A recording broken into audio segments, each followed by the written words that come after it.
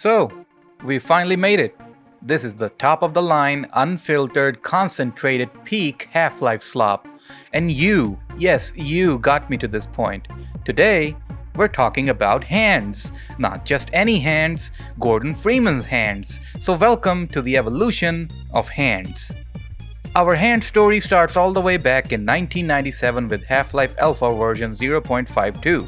In this alpha build, there were 3 weapons the player could use: the crowbar, the Glock, and of course the MP5.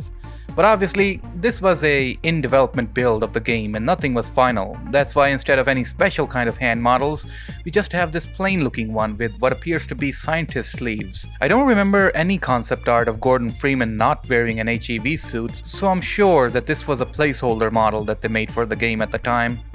After this, we have the alpha version 0.61 hands. While I wasn't able to find much about this version, it is mentioned on some sources that Gordon had gloveless red hands with a red HEV suit sleeve. Again, I didn't find a screenshot of this, but I guess this screenshot from a recreation mod might do the trick. And here's something interesting I just noticed.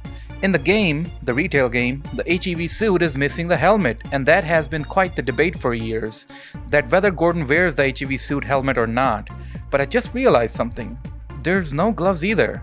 Could this be a remnant of the old HEV hand model where Gordon would be wearing the suit but not the gloves? It's a stretch, but it's definitely interesting.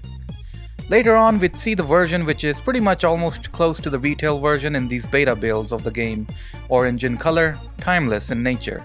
While it's something of an afterthought, these HEV suit hands are a staple of the game, something the player sees as soon as they pick up the crowbar in the beginning and all the way to the last level in the game. Now at the time, it was natural to imagine that if there were to be a Half-Life 2, obviously it would be a better looking game, and so we would be getting a much higher quality looking HEV suit model as well. But the story has quite the twist in it. First, looking at the SIGGRAPH demo from 1999, we can see that the SMG and the rocket launcher models don't really have a hand model on them. They are handless in a way. Even looking at some of the models in the leaked files, they didn't have any hand models modeled for them or animated, just weapon models. This applies to some of these models, and we'll later learn that the almost final version was actually in the 2003 leak as well. Somewhere between 1999 and 2000, Valve had the idea of Gordon being an agent of G-Man, doing his bidding on multiple planets, killing all sorts of aliens. We'll talk more about that in a later video, but in this storyline, Gordon was to don a leather suit, or the agent suit as some people call it, or even the GIMP suit. We don't know what it would have looked like overall, but we do have the material to put together the hand models that would have been used. There's also an alternate texture file which has some of the flare gun painted on the palms for some reason. Additional speculation is that this model would have also been used on weapons like the pickaxe, the AR-1, and the SMG-1. Though Gabe Newell would give lukewarm reception to this whole idea, so the whole leather suit idea was scrapped. Though it is interesting that when the old physics gun model was leaked, the community found out that they repurposed the leather suit model to have HEV suit textures. These textures were much higher in quality compared to the original HL1 era versions. This one was roughly textured and looked off.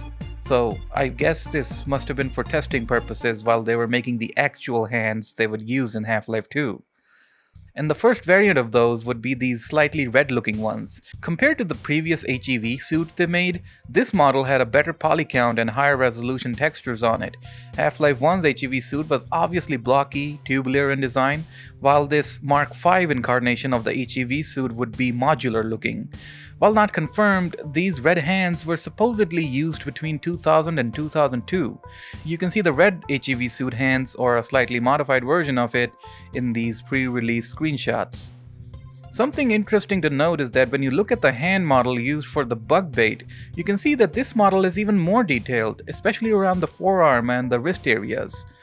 Also, there's these strange anomalies where the model is textured with broken UVs, like here for the Fizz Cannon, or here for the AR-1.